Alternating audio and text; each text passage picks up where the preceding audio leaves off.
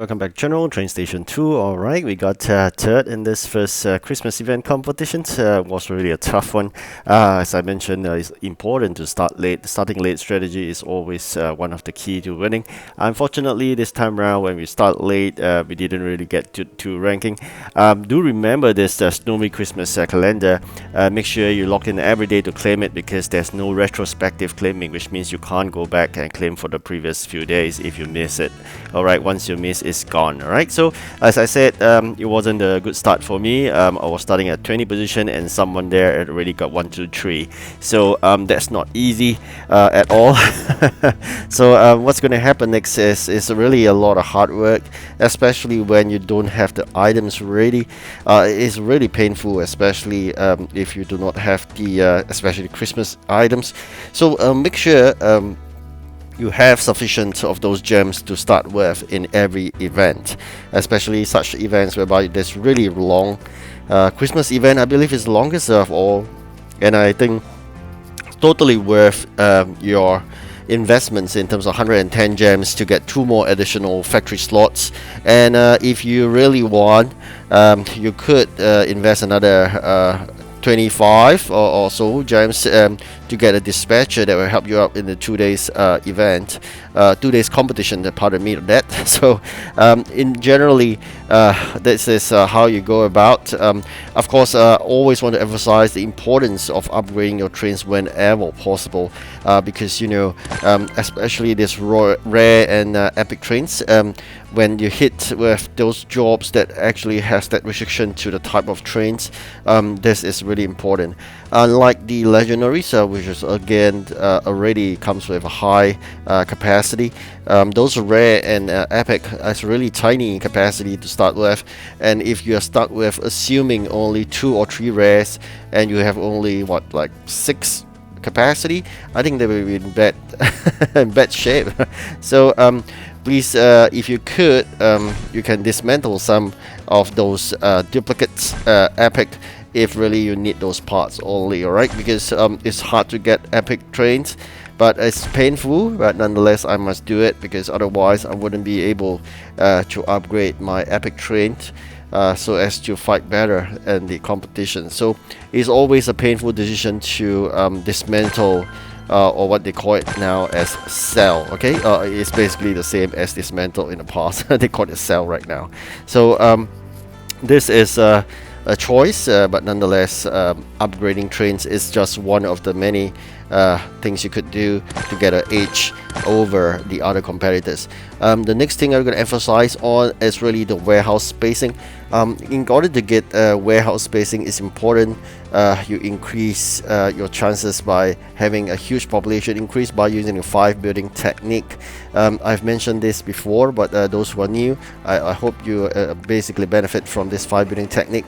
Laying out 5 buildings in the center, have a special building in the center, and then surround by 4 normal buildings like schools and shopping malls and whatnot. Event building, I'll put it in the center. Bear in mind, you must only put low levels buildings, like for example level 1, 2 or 3, so that you have cheaper requests in order to upgrade them. If you have really high buildings laid out, your requests will be very difficult in order to get population increase. Alright, so with that, once you have increased to a certain level for the buildings that you laid out, keep them into the box and then lay out another set of 5 low level buildings. So that's how you increase the population. Once you increase that population to a sufficient criteria requirement for the next level of headquarter, also called warehouse upgrade. So go to the warehouse, spend some coins to upgrade it, and then you increase your warehouse space by 100. So slowly you're going to build this. Alright, so I've talked about train upgrades, I've talked about factory warehouse upgrade. Next is factory upgrade. So factory upgrades, not only the event factory, because you can bear in mind event factory will only be available during the event period, whereas your core factory stays with you throughout. So make sure you have fully upgraded every single factory that you could, because they act as your interim warehousing space, be it the input tray or the output tray. I hope by now you know how to maneuver those products.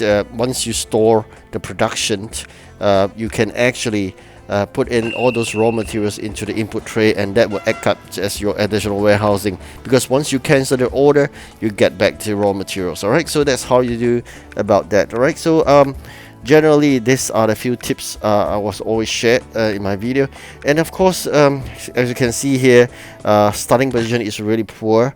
It took me a while to get those things ready, and you know what, the next moment I'm hit by another set of so-called materials of the Christmas event that I do not have.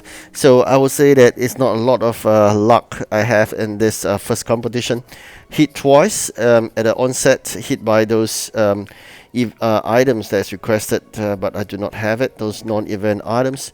And then I hit again when they ask for event items, and I do not have them again. So it is terrible, but again, I must say, a lot of preparation work required. Do make sure your Christmas factory is always busy. Like you can see here, I have it running around the clock with 4 slots. So that's really important. That is the calendar you just saw. Make sure you claim it, alright? Because there's no way you can get it back once it's gone. So that's generally how I fare better compared to probably someone that's very anxious to start competition on the sport. So after a while of hard work, I managed to climb to the 3rd spot, and that's where I ended as well. So I must say this, I mean, if you're really anxious about starting competition, try to control it. Start it maybe like 10 to 12 hours late. This time around I started, I think, about 10 hours late or so. It wasn't a good timing. Probably 12 hours would be much better.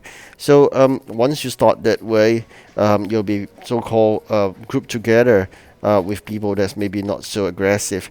But again, I heard this developer has really tried to fix that by grouping people on the onset. But again, if you start on time, definitely be grouped with really competitive people, but after that you'll be grouped with whatever group that you could be grouped with. But that's not all. If you start again very late, like beyond 12 hours, you may be still in the same group had you start at 10 to 12 hours late. So that means people may have started like a couple of hours before you, and it is not good, like the experience I'm having right now. And I do find the competitors in this round are really aggressive. I'm not too sure why so, but apparently they are really good at it. So when I had a good night's sleep, especially when I woke up, I had a really bad surprise, I call it. So I was dropping in ranks from the 3rd all the way down to, I think, 7th position or so. So it's not easy, and of course it's not realistic based on the number of EP they've gathered. Definitely not free to play, definitely jammers. So this is sometimes unfortunate. When you have 1 jammer is bad enough, but when you have 2, that's, you can call it very good positioning already if you have 3rd, when you have 2 jammers ahead. So how do you know whether they are jammers or not? Take a look at the unrealistic EP and you'll find it out. Okay, so they are always like a few hundred EPs away, totally unrealistic. Yes, these are jammers, and you just count yourself lucky if you only have probably 1, but you're hit with 2, 3 or 4 or even 5, then I think getting 6th position is like first. So I must say this, if you start on time, you'll hit with a grouped or so-called a whole cohort of jammers. So make sure you start like 10 hours, 12 hours late. Alright, so that's something that you gotta make sure. And another thing is that do not, I will say this, do not claim any train unless you're ready. Alright, so this is 200. I will keep it up for 1000 coin. As for the keys, always go through chronological order. Legendary first, followed by epic, followed by rare, and then common. Alright, so this is the order you should be claiming, because getting a legendary train is really tough, and it's important you get event legendaries because they come with really good 40 capacity as a start and they have a ceiling of 80. So in this event, you must strive for as quick as possible complete 100%. All right, so because otherwise you can't, I think, go to phase 2. I've already explained that much in the intro walkthrough video I've shared earlier. So make sure you complete as soon as possible, as much as you could. Do all those drops whenever you're free. Make sure you do that. All right, so a lot of preparation work again for second competition. I wish you good luck. Time for a little break. Thank you for watching. Like and subscribe. Goodbye.